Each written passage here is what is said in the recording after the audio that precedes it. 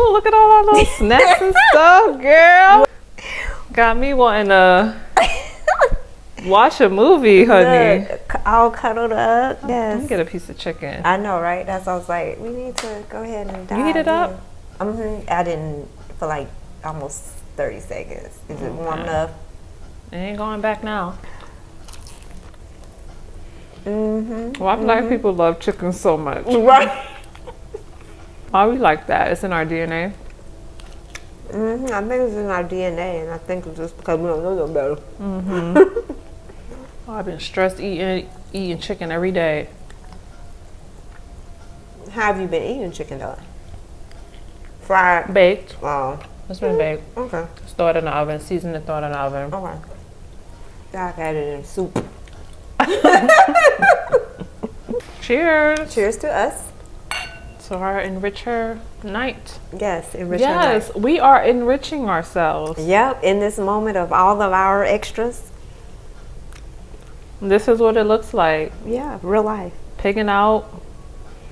Taking the time away from everything and everyone. The hustle and bustle, the grind, the business.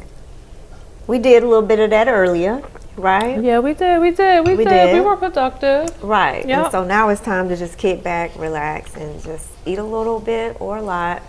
Wow, that's so A lot. amazing. I always tell my girlfriend, I'd be like, what happened to the days when you can just like, be like, girl, I'm coming over. And y'all just chilling.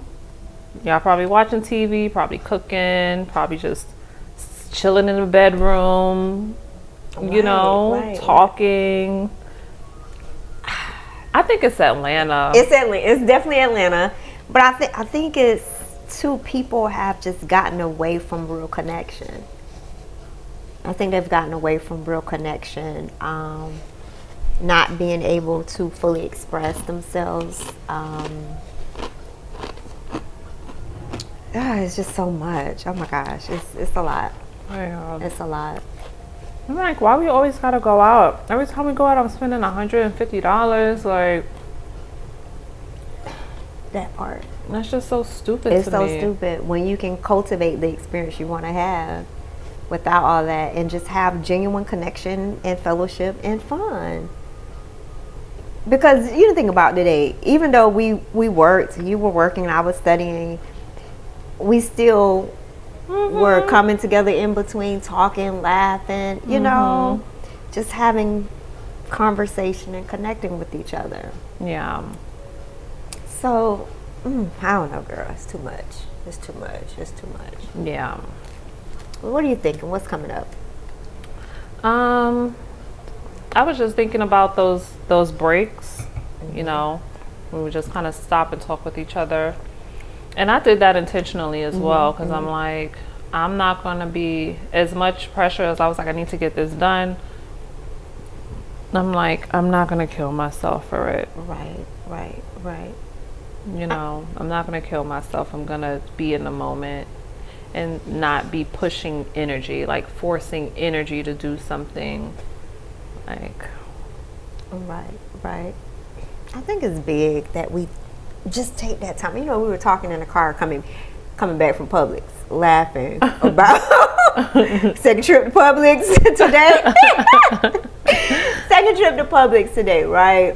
But we're laughing and talking about how we don't indulge all the time. And so it's okay to do it from time to time. This is not like everyday lifestyle. We're not picking out one wings, potato chips, cookies, wine.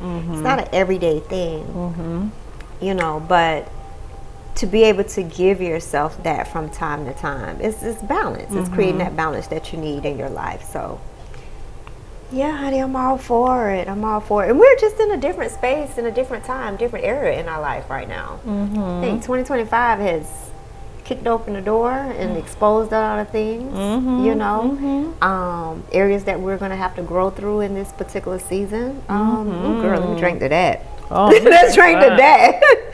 Let's drink to that. yeah. But letting our hair down and growing through the experiences, I think, is a beautiful thing. So Yeah. Yeah, honey, and this warm blanket is nice. I know. I feel so cozy. I'm about to fall asleep. Blanket, just chilling. So, wait a minute. What? I'm looking at this candle. What? Rose water and ivory. Yes. Ivy. Mm-hmm. Is that the same candle you had gotten? Oh yeah, it is. It's one of my favorites. Okay. Yeah, I'm like, wait a minute. This candle looks familiar. Has she been using it? I didn't even ask. I'm pretty sure she has though. I'm looking like, wait a minute. That looks very, very familiar to me. So yeah. Oh girl. How the cookie? It's not as good as your my other cookie. one. Okay, Yeah. okay. What is it? I don't know what my thought. It's not as crispy. Okay. And the flavor. Is it too rich or? Like the cookie itself, that dough is not it. It's not crunchy enough. It's not crunchy enough. Okay. And the dough doesn't taste as good as the other dough. This tastes a lot. I taste a lot of buttered flavor. Yeah. Okay. Mm-hmm. Okay. Yeah, that deep buttery flavor. Okay. No. Not the same. Okay. But I tried. We tried. Mm-hmm. So I'm used to the softer. Okay. The softer batch. But it tastes the same? No. It doesn't taste as buttery to me, the softer batch. No. I do notice that difference. Yeah. Maybe it was just this particular batch. I don't know. That's them. That's them. What are we talking about today? We done talking about some of everything. I know. We were talking about presenting. And the way that people respond to different types of presenting, right? And you said something earlier that was very profound that I was like, oh my God, yeah, that was it.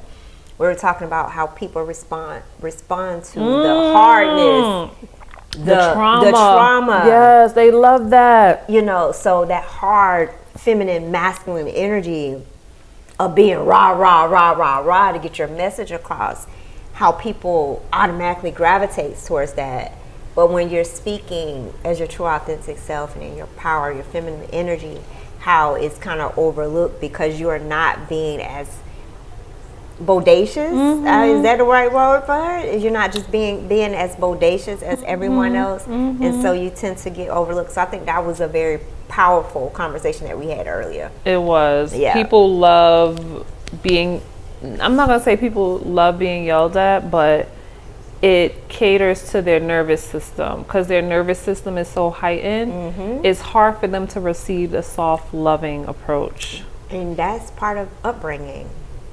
When you're conditioned in certain environments, is upbringing where your parents are constantly about everything you do, that you respond to that because that's what you're used to. But when someone does speak to you in a softer tone, like, hey, Greatness, how are you? Hey, yes, let's talk about this. I ain't know, my name ain't Greatness.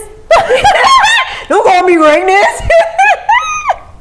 I say that because I've gotten that response from people. Don't call me Don't call me Greatness. That ain't none of my name. Like, why is that a bad thing? Why is that a bad thing? It's a trauma response. Don't call me Greatness. I have gotten that from people, like, that ain't my name. Don't be calling me that. Don't be calling me Greatness. My name is such and such. And I'm like, oh, okay. So in my mind, nobody has ever spoken to the inner parts of you for you to understand that there is greatness on the inside of you. You're so conditioned to your trauma that you don't even know how to receive the love. That is hilarious. But it's really a shame. It is.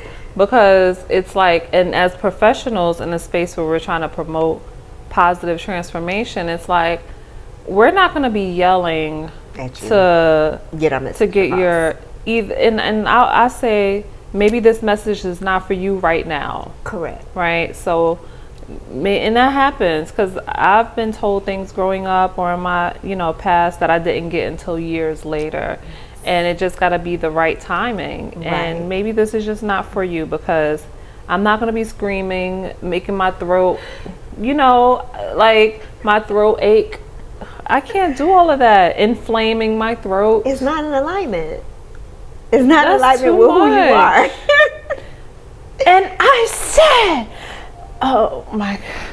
Right. Never mind. I don't even want to do it. I don't even want to talk to you at this point. Yeah, I'd rather not even talk. If I got to do all of that, Wow. I remember in a relationship, I was with my ex, we were having an argument, and I remember screaming so loud. It was like to the top of my lungs. And I remember as soon as I did that, it was like an awareness, like, you will never need to scream this loud again. Like, don't ever scream this loud again. Like, it was so far out from anything that I've done before. I was like, and instantly. And I think, you know, that was like the beginning of awareness. Like, little things you start to notice, like, ooh, like, that's not even me, you know? Yeah. And so it's just not, it doesn't make sense. That people communicate from a place of trauma. That's what they love. That's love what they that. love. They love That's when where you the yell at them. sarcasm is come from.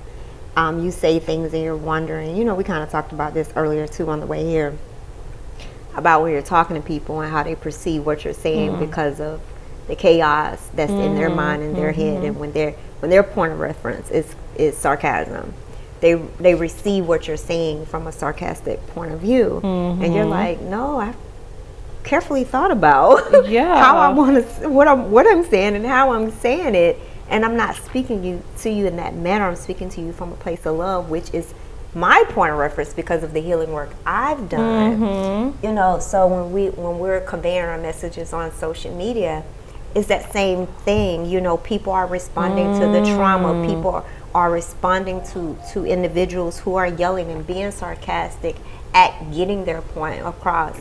You know, I laughed the other day. I was watching, I'm not going to call his name out, but it was a promotional clip that came across my Instagram.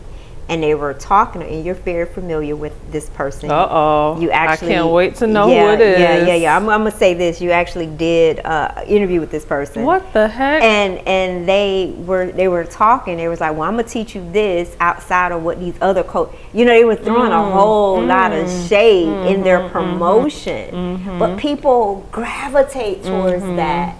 People respond to that. And where I am, and I think where we are, that's just not who we are. We don't feel that we have to communicate in a very sarcastic point of view to get our message across. Our message is for those that can hear it and receive it and understand that these women are speaking from their heart. They're speaking from empathy and compassion. They're not throwing shade at other coaches or other people in the industry. They're just being who they are, and they're speaking from their experiences that they have learned and grown from. And when we operate in that space, not many people are operating in that space. You got to think about it.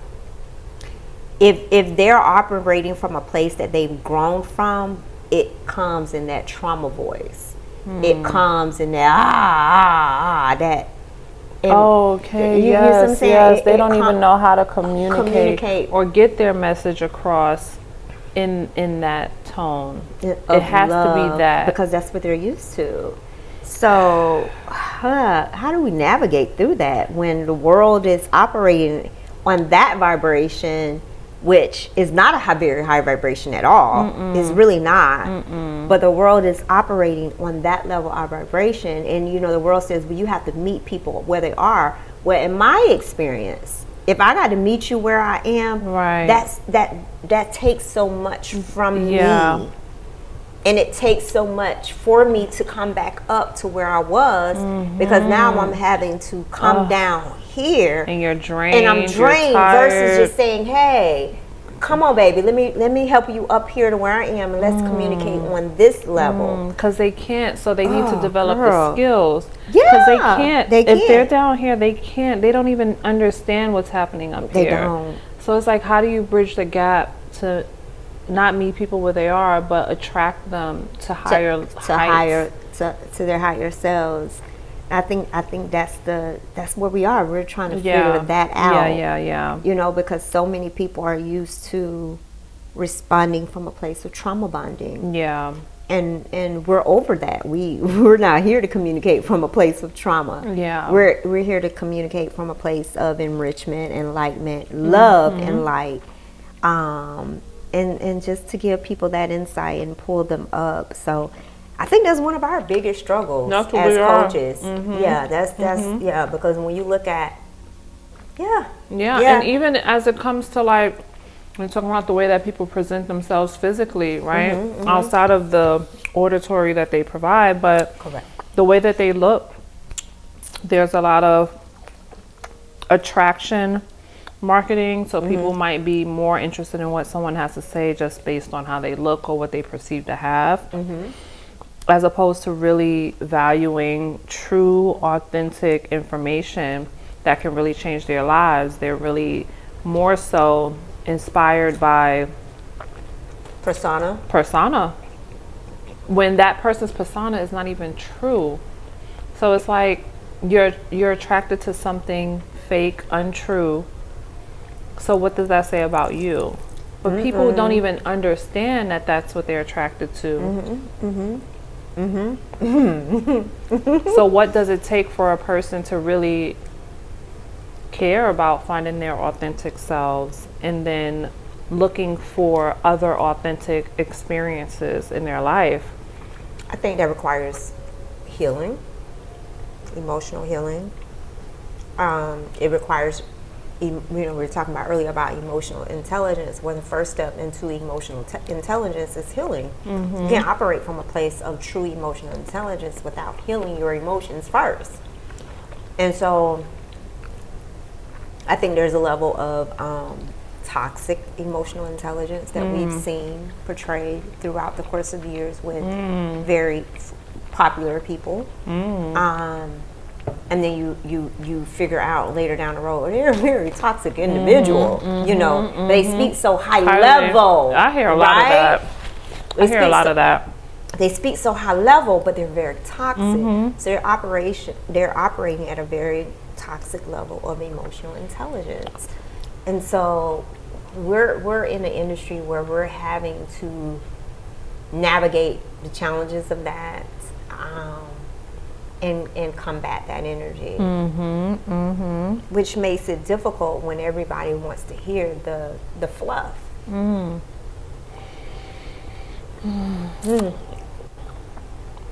it's not until a person is really going through something devastating where they wake up and they're like, okay, what I've been doing all this time, who I've been acting like, or the things that I've been interested in all this time is not even who I really am or who I want to be. Because look at where it's gotten me. Look at what happened. That's a lot. Yeah. That's a lot. It always takes that. It always takes something traumatic to happen. Why can't we catch people before it happens? Like, why aren't people willing to listen to the information and follow before it happens? It always, that's a question that I've been asking for so many years. Why does it take something traumatic to happen before you realize that there is a problem? Because there have been signs, signals, and everything in your life to show you that this is not natural, this is not right, but you wait till you get to that point of a full panic attack, meltdown, whatever the case may be, and then you're like, oh, I got a problem. But even in saying, oh, that I'm having a problem, it's one thing to acknowledge it, but there's another thing to take it a step further to address it. I think a lot of people acknowledge, but they stay in that stage. They don't move past that stage. That's something we want to talk about for our next event. Yes. We got that on the agenda. On the agenda, right. Because a lot of people do acknowledge where they are. They acknowledge their current circumstance, but they're not taking the next step to overcome that, to say, okay, what do I need to do to cross the other side of this bridge? And you will hear a lot of people say, that's just the way I am. That's just the way I am. No, that's the way you're conditioned to be. Because, and not to get technical, because I'm on this whole neuroplastic studying, Neuroscientist. right. But the whole purpose of that is being able to adapt and change. And you know what? Also, talking about neuroplasticity, the more that you adapt and change, the easier it becomes. Because as you were speaking about people not really wanting or taking the steps to change, I was thinking to myself, I have become so comfortable with not only fully expressing myself as I feel, like authentically, wherever I am, to whoever I am, because I've built that communication level. Like, I know how to communicate my feelings, but also accepting people's advice, right? Like being vulnerable enough to share what I'm going through, but also acknowledging what people say. So that I don't make the same mistakes, or I can consider what they say and attach it to my life the way that I see fit. But people, I don't know, they're just not willing to be vulnerable with one another in order to get the help that they need. Speaking of vulnerability, because we talked about this earlier, vulnerability looks different on everybody, right? Yes, we did. And so a lot of people associate vulnerability with pain, with trauma. Oh. Yep. They associate that with pain and trauma. They don't understand that there's a healthy side of vulnerability where you're able to express yourself from a place of power because you understand your permanent truths about yourself and not your current situation, right? And I think that's so big with people in understanding vulnerability presents itself in different levels depending on the person. Vulnerability is not a one size fit all. And depending on where you are, vulnerability can be presented from a place of power. And so it takes us right back to the beginning of our conversation. Trauma. Trauma is the basis of everything. I don't care who you are. Does everybody have trauma? Everybody has certain levels of trauma. Yeah. And I'm going to say this, and I know our audience is very diverse, but in the Black community, every Black person needs to seek help because they have a certain level of trauma there. And a lot of times we don't recognize the trauma.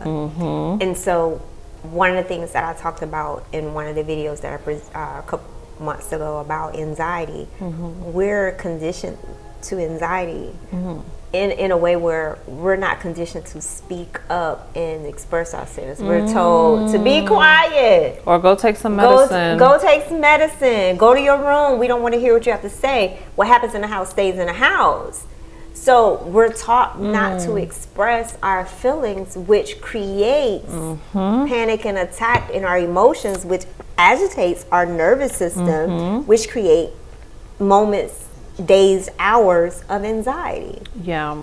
So every person, I feel, in especially in the Black community, we need therapy, we need counseling, we need life coaching to help us through these circumstances because I remember you don't have to look like what you're going through. So what does that say? Dress up, sweep it under the rug, mask it. Is not teaching me to attach myself emotionally to the circumstance to be able to express that. So I can't even operate in emotional intelligence because I haven't even healed the emotion because I haven't been taught how to express the emotion. Yes. It's so true. And then we don't even realize our behaviors, our lifestyles, the way that we move, it's all based on trauma, right? You might go from one relationship to another because you feel like, oh, this person isn't meeting my needs, I need to find someone else, or this person is always this, when it's really you that need to evolve in a certain way or learn new skills or figure out what that is about you. Like, people go from relationship to, in relationships we see it more because there's a different level of vulnerability, right? The mask and the layers start coming off when you become comfortable with a person.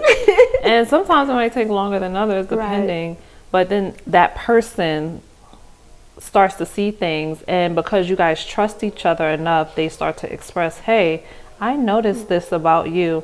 And if you're not healed or you don't have that self-awareness, you're going to be defensive. Yeah, you're going to go attack. Yeah. Attack mode. You're like, what are you talking about? But this is how I've always been. Right? I can't stand when people say that. I don't like, what does that mean? That's just the way that person is. Nothing is the way that it's always been. The only constant thing is change. Like, you determined to stay the same, it's just a shame. Oh, girl. We need to write that book. Don't be determined to stay the same. We need to write that book.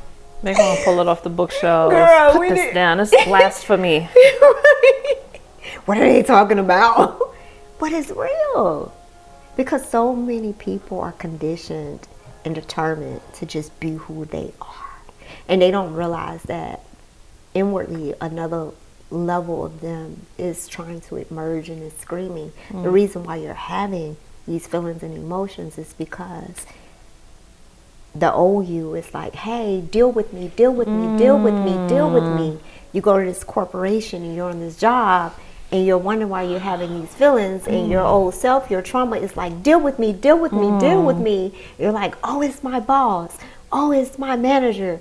Oh, it's this person. Yes. No, baby. Yes. It's your inner self that is Yes. punching you and saying, hey, deal with me, deal with me, deal with me. Because the situation, the principles are the same. The face and the participants are different. Girl. Yep. We have to be willing to listen to that voice inside of us. And, that voice is God. That voice is a power. Like it's coming from a source that you are not aware of, right? And it's like trying to get your attention, right? It's just trying to say that, hey, it's time for you to make changes in your life. And then when you don't, or you ignore it, or you mask it, or you sweep it under the rug, or you switch your circumstances, but the problem keeps occurring, that's where other things start flourishing, because you still have this unmet dysfunction inside of you. And so it starts showing up in mental illness. It starts showing up in sickness and all types of stuff. And people are like, why am I sick? Or, why I'm getting headaches? Or why is this? And it's just like, because you're not addressing the growth that you need to experience in this lifetime. People don't get that. Girl, I just had a whole flashback.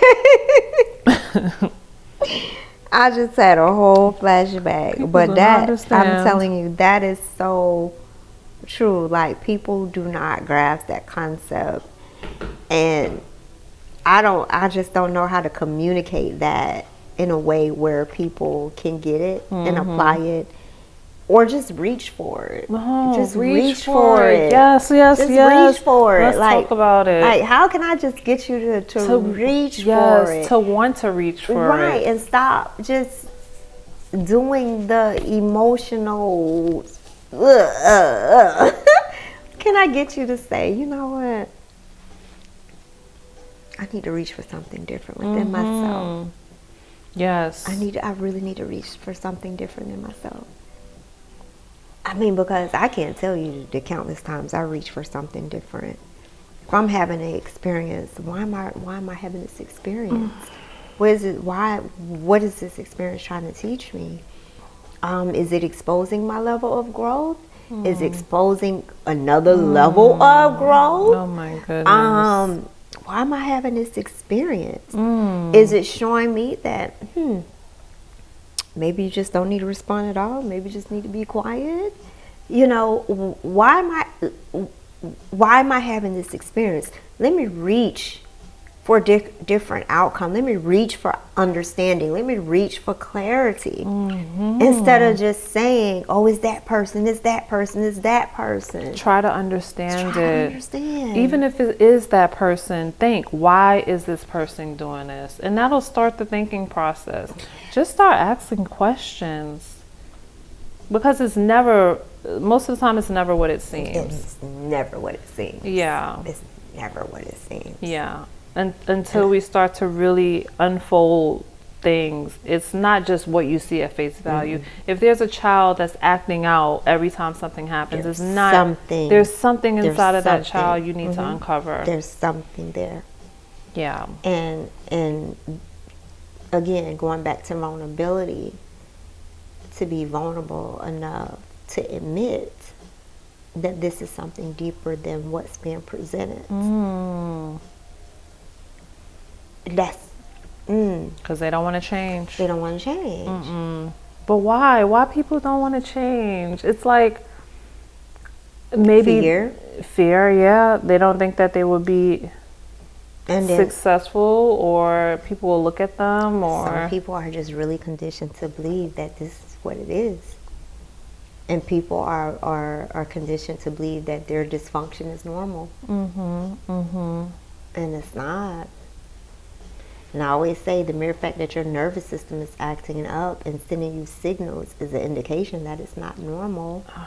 We gotta listen to our body. So if you're feeling your nervous system is feeling so now you're expressing that is not normal. Yes, That is not normal on no day. That is not normal. So when are you gonna say it's not normal to feel this discomfort, and now I'm expressing this is discomfort. This is not normal to feel this. So what can I do to change this feeling? How can I produce more dopamine and serotonin in my body so that I'm not feeling all these cortisone levels? You know, how can I produce endorphins that are going to bring me up and make me feel wonderful? People are, like you said, people are just used to feeling that they feel like their dysfunction is normal. And this is another thing. On so many levels, oh my God.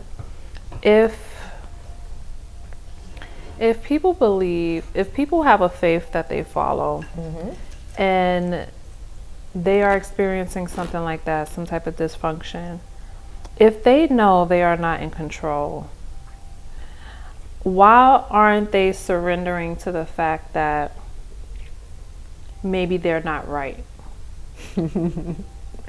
Ego. That's right. Yep. We're taught, and Christianity has taught us, it's the devil, it's the devil, it's the devil. Well, we have dark and light energy. They both come from God. And so you have to address your dark energy, your ego. We have to address that. And most people don't want to address that because they master ego as confidence, as so many different things, where their ego is really their dark side, and they're not taking accountability for their dark side. So therefore they can blame it on the devil. No accountability there at all. So I think the mindset around that has to change. The mindset of what it really is needs to change. Address your ego. We all have it.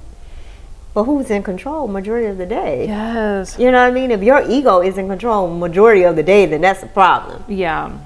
You know, at some point you got to check your ego at the door. Yes. And you mentioned the mindset. You know, we were created, like you said, dark and light energy. It is the controlling of your own mind that can actually deal with both sides, balance and handle both sides with awareness, you know, with the things that you practice, like your self-development, like that is the mind. People are lost until they get into self-development because they really don't know themselves. And just reading a book is not self-development. No, reading a book is not self-development. Please just reading a book on self-development is not self-development. No, it's not. It's not self-development. But you got people that have shelves of books that talk about personal growth. Just because you read the information, you stopped there. You didn't apply it. So it's not self-development and growth. You have to actually apply the information that you received for it to become a developmental thing. Like, it's simple, people. I know. Oh my gosh. I know, it's terrible. Girl. Wow. I don't know. I don't know. Child. These folks. I don't know. It's interesting though how it all works. Yeah. How it all And we don't want everybody to be the same, because the world would be very bland, right? So we need a bunch of different personalities stuff. We do. But I think the goal is the personality of healing.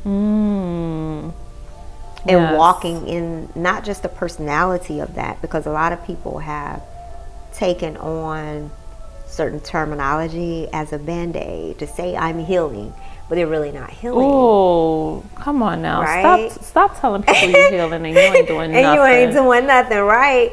So a lot of people have taken on the terminology of what sounds good in the moment, but they're not actually doing the work behind the terminology. So if you're saying that you're healing, if you're saying that you're practicing emotional intelligence, if you're saying that you're doing personal growth, personal development, you're using all the right terms, but are you actually doing the work behind those terms? Yes. And so I think we're in a day and age where certain words have become very trending. Agreed. Very, very trending. I know it just in my own coaching business, when I consult with people, like, okay, well, what are you really doing to heal? You know, okay, what does that look like? What are you really doing? Yeah. Well, I stopped talking to. That's not healing. Yeah. Because you stop doing this action. Yeah. You need to heal the details of the experience in order to fully heal. So, okay, I'm reading this book. I'm going to church. I'm reading this scripture. I'm quoting this scripture. Well, what's the work behind the scripture that you're quoting? What is the work behind the message that you received in church? How are you leaving the sermon and coming home and practicing the sermon? You felt good in the moment of hearing the information, but now there's another level to your healing where you have to apply the information that you're healing. So just to get people to get out of the terminology of what sounds good, and get them into the involvement of the work is a whole nother beast in itself. Yes. Because I hear so many people say, well, I thought I was healed from that, but now that you bring that up, I hear so many women say that to me. Oh, I thought I had worked through that. Well, what did you do to work through that? Yeah. I quoted affirmations. Okay, all right, cool, but that didn't work. That wasn't the healing. No. You quoted affirmations, and then what? Affirmations is not healing. Oh, it's not healing. Say it louder, girl. Affirmations is not healing. Not healing at all. I remember, you just reminded me of an instance when I was coming out, after my first marriage, going through my depression. And I remember there were like spurts of time where I would stay to myself, stay home, just kind of be. And sometimes I read, sometimes I didn't read, sometimes I just sat there alone, no music, no TV, and just recalled a lot of things that have happened, how it got to that point. I would cry, I would get mad, go through all these emotions. And I can recall specifically, like, okay, I'm going to test myself. I'm going to go out into the world, right? I'm going to go out tonight and I'm going to watch myself. And just recognizing how I'm thinking, how I'm feeling. Do I want to be here? Is it too soon? Do I want to talk to this person? Like, really identifying my feelings as I'm experiencing life, so I can really start to learn. And I didn't know that this was like a part of the journey. I was like, I'm nervous to go out, but I need to go out. I'm not going to stay secluded, but I need to figure out if I'm ready, right? And so I would do these little tests and go out and be like, and then come home and recap, how was that? Was it worth it? Just have these conversations with myself to develop new neural pathways. Come on, you speaking my language. To develop new neural pathways, to create new behaviors and habits, so that when things happened again, I would respond differently. And even if I didn't respond differently and was responding the same, I would feel different, and I'd be like, you know what, you don't want to do that, or you don't want to say that. And so that was kind of my experience of really, and it still goes on, because as things happen, you think about changing and all this. And so, yeah, so talk about doing the work. That's kind of what it looked like for me. It is very weird because I remember when I was doing it, it was isolation. It was a lot of like, let me just seclude and let me just work on me. Like, I can't take the outside world because there was so much pain there on so many different dimensions, and how I view people. I can call people greatness now as a result of the healing, but when I was 12, when I was 15, when I was 20, I couldn't look at you and call you greatness. No, you are a monster to me. I don't care what you look like. I don't care how well presented you are a monster to me. And so, you know, one of the experiences in my healing,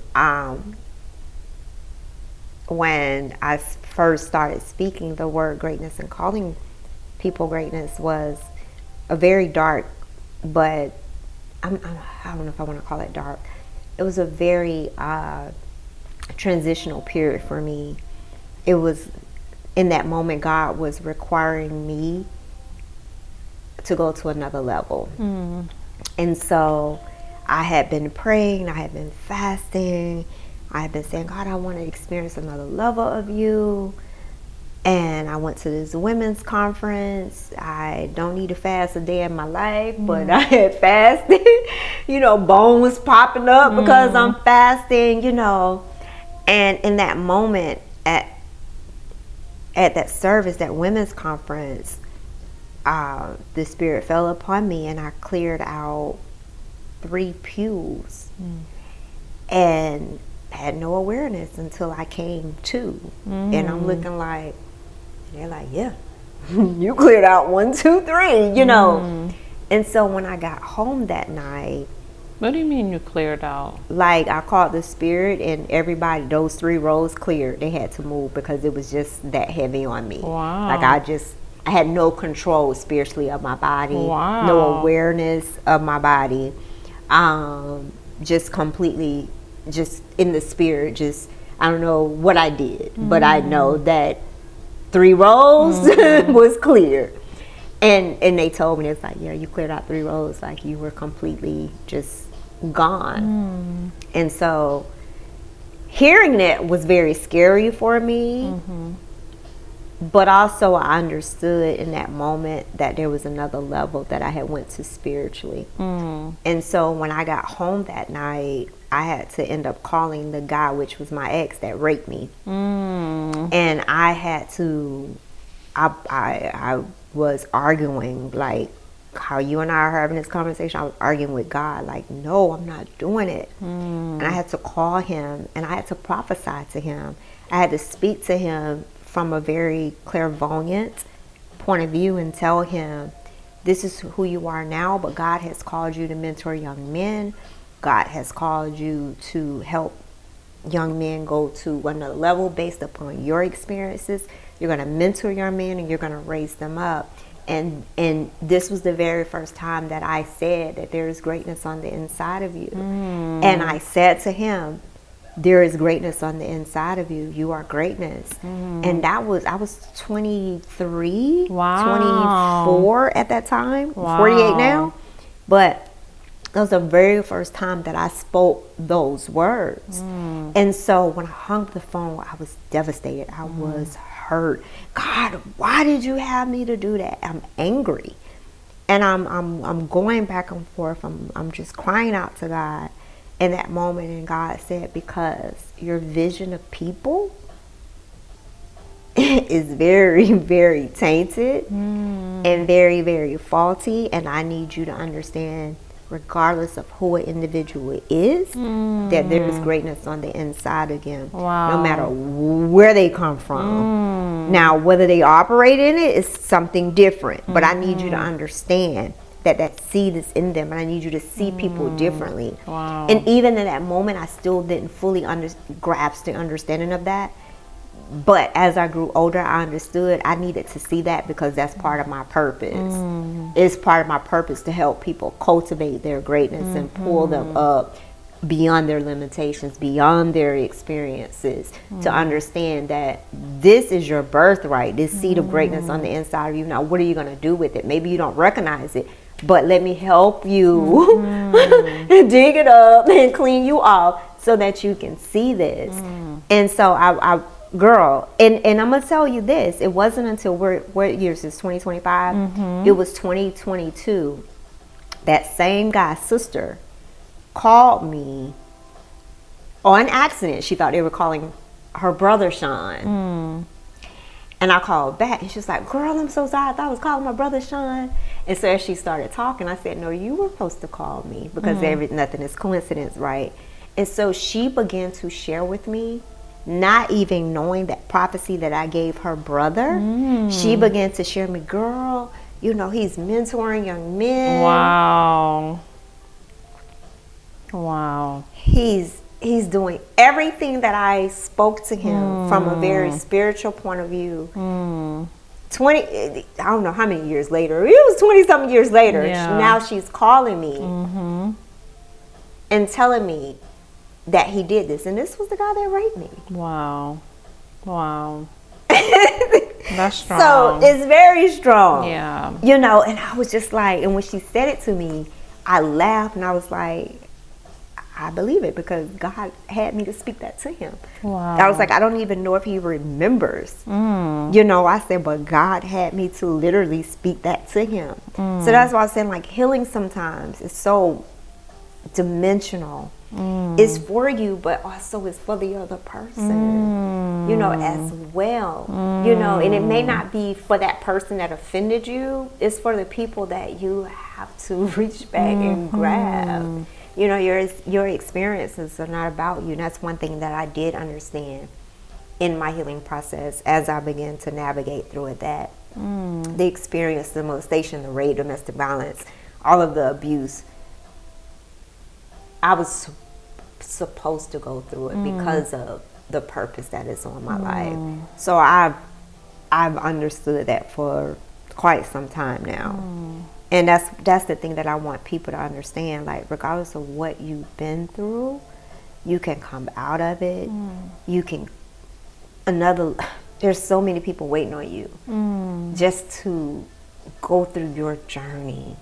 There are people counting on you to go through your journey. They don't even know it's you. But when they hear your voice, they're like, oh my God, that's who I've been waiting on. Wow.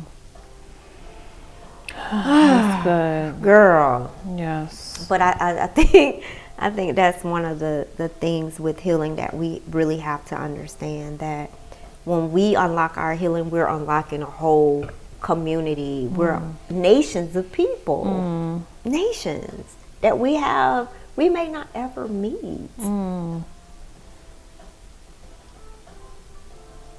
That's good. Yeah. It's interesting because we don't understand that. We allow our experiences to keep us, our gifts, dormant because of our experiences. And we have to learn how to separate our experiences from our identity. Remember I was talking about earlier about your permanent truths. You know, that's an external thing. What are your permanent truths? They're all external. Always, yes. You know, and we have to separate ourselves from the experiences. You know, we go through so much. I know me personally, you know the things that I go through. But if people really had a front row seat to know, like, dang, she been through all of that, you know, beyond the molestation, she's still going through stuff, and she still shows up in this manner. Like, how does she do it? Yeah. But it's healing. Yeah. It affords me the ability to do it. It affords you the ability to do it. So, girl. Wow, that's good. That's good. I'm tired now. All right, y'all. Yeah, this is I'm good. tired now. I was like, does she see me falling asleep?